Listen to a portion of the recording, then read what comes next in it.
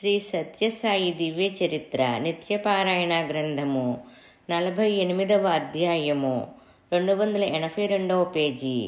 అంశాలు: సాయి సూక్తి, నీళ్లపై నడిచే యోగి, స్వామి అనుగ్రహ యోగం. సాయి సూక్తి: మనసు మాలిన్యములు నెల్ల మట్టుబెట్టి పరమ పరిశుద్ధ భావముల్ పాదుకొల్ప జ్ఞాన దృష్టియు నేర్పడి కాననగును విశ్వమంతయు బ్రహ్మమై వెలుగునట్లు అంటారు బాబా. బంగారమును వేడి చేసి కాచి కరిగించి తీర్చినప్పుడు అందులోని మలినములు తొలగిపోయి స్వతసిద్ధమైన ప్రకాశంతో మెరుస్తుంది. ప్రతి మనిషిలోని ఆత్మ సహజంగా పరిశుద్ధమైనదే, కాన దానిని శుద్ధపరచవలసినదేమీ లేదు. శుద్ధి కావలసినది మనసు. లౌకిక వాంఛలకు అధీనమయ్యి హరిషడ్వర్గాలకు లోనయ్యి అది తన పాద దర్శకతను కోల్పోతుంది. అట్టి మాలిన్యములను తొలగించిన అంతర్గతమైన జ్ఞానజ్యోతి ప్రకాశం వ్యక్తమవుతోంది. మనసు అంటే ఆలోచనల సమూహము. చెడ్డ ఆలోచనలతో అది చెత్తకుండీలా కారాదు. శుద్ధ భావాలతో పరిమళించాలి. మనోపరిమళమే ముఖ వికాసము, ముఖ వికాసమే ఆనంద లక్షణము. 3 మెట్లతో కూడిన జ్ఞానదృష్టి అలవరుచుకునే ప్రయత్నం చెయ్యాలి. దీనికి మొదటి మెట్టు దుష్కర్మ, దుర్వాక్కు, దురాలోచనలు అరికట్టుట. 2వ మెట్టు గతం తాలూకు చెడ్డ కర్మల ఫలితాలను దగ్ధం చేయుట. 3వ మెట్టు శుభాశుభ ఫలితాలను కోరక ద్వంద్వాతీతంగా నిష్కామిగా మారుట. అది పరిణతి క్రమం. దీనికి ముందు మన దృష్టిని సరిచేసుకోవాలి. దృష్టి జ్ఞానమయం అయితే సృష్టి అంతా బ్రహ్మమయం అని పెద్దల వాక్కు. నీళ్లపై నడిచే యోగి, స్వామి అనుగ్రహ యోగం.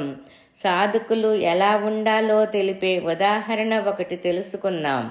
ఇది బొంబాయిలో జరిగిన సంఘటన.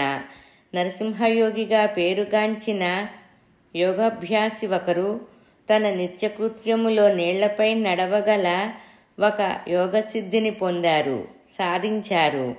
బొంబాయి బీచ్లో నీటి మీద ఈయన నడవటం చూచిన వారు చాలామంది ఉన్నారు. అవి స్వామి బొంబాయి పర్యటనకు వేంచేసే రోజులు. స్వామివారిని సాక్షాత్తు భగవత్ స్వరూపులుగా భావించడం ఇష్టపడని వారి సంఖ్య కూడా ఎక్కువగా ఉండే కలికాలపు రోజులు కావటం చేత ప్రచారానికి ఊసుపోని కబుర్లకు ప్రాధాన్యతనిచ్చే సంస్కృతి వేళ్లనుకున్న రోజులు కావడం చేత ప్రతి విషయాన్ని వ్యాపార వస్తువుగా వాడుకునే ప్రవృత్తిని పెంచుకునే నగర సంస్కృతి దానికి తోడయ్యి స్వామివారికి పోటీగా ఈ నీళ్లపై నడవగల యోగిని నిలబడితే ఏం జరుగుతుందో చూద్దామనే ఆలోచనలు గల పెద్దలు కొంతమంది ఒక పథకం ప్రకారం దీనికి ప్రచారం కల్పించడం జరిగింది. సాధనా మార్గములో ఒక దరి చేరిన ఆ యోగి కొంతవరకు గర్వాహంకారాలకు లోను కావడం, ఆడంబరాలకు ప్రాధాన్యతనిచ్చి యోగ శిక్షణలో ప్రధాన విషయమైన నిరాడంబర నియమ జీవనాన్ని మరిచి స్వామివారిని సవాలు చేయడం జరిగింది. నా వలె నీళ్లపై నడవగలరా? తనని తాను భగవాన్గా పేర్కొంటున్న సత్యసాయిబాబా అన్నది ఆ యోగి సవాల్.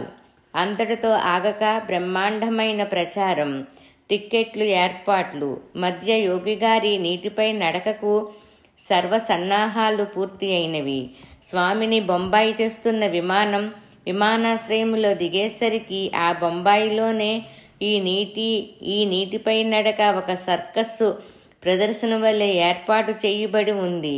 యోగి తన నిత్య సాధన క్రమాన్ని అనుసరించి ప్రాణాయామాది క్రియలు పూర్తి చేసి నీటిపై అడుగు వేయటం, దూది వలె తేలిపోవలసిన శరీరం సహజ బరువును ప్రదర్శించి నీటిలో మునిగిపోవటం, ప్రేక్షకులంతా హతుసులయ్యి గోల చెయ్యడం, ఏర్పాట్లు చేసిన పెద్దలు అబాసుపాలై చిన్నబోవటం ఒక్కసారిగా జరిగాయి.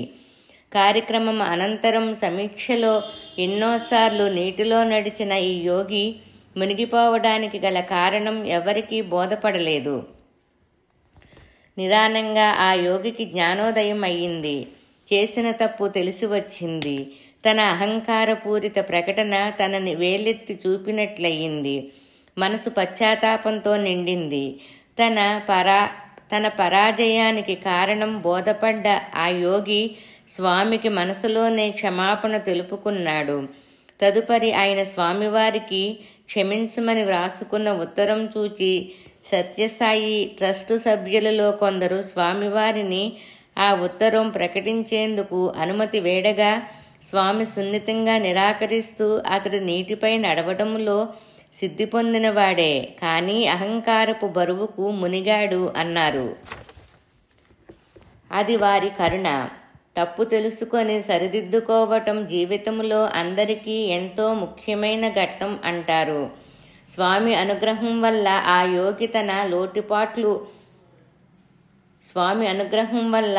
యోగి తన లోటుపాట్లు సవరించుకోగలగటమే కాక తన నిత్య సాధనకు అవసరమైన ఆహార వస్త్రాది సంపత్తిని స్వామి అనుగ్రహంతో పొంది నిరాటంకంగా యోగ సాధన చేసుకోగలిగి స్వామి కరుణాయోగానికి నోచుకున్నాడు.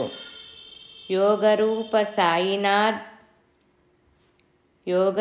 సాయినాథం త్వం యోగి హృద్యానగమ్యం సతతో ధారకం సర్వం సాయం వందే జగద్గురుం. ఓం శాంతి శాంతి శాంతి.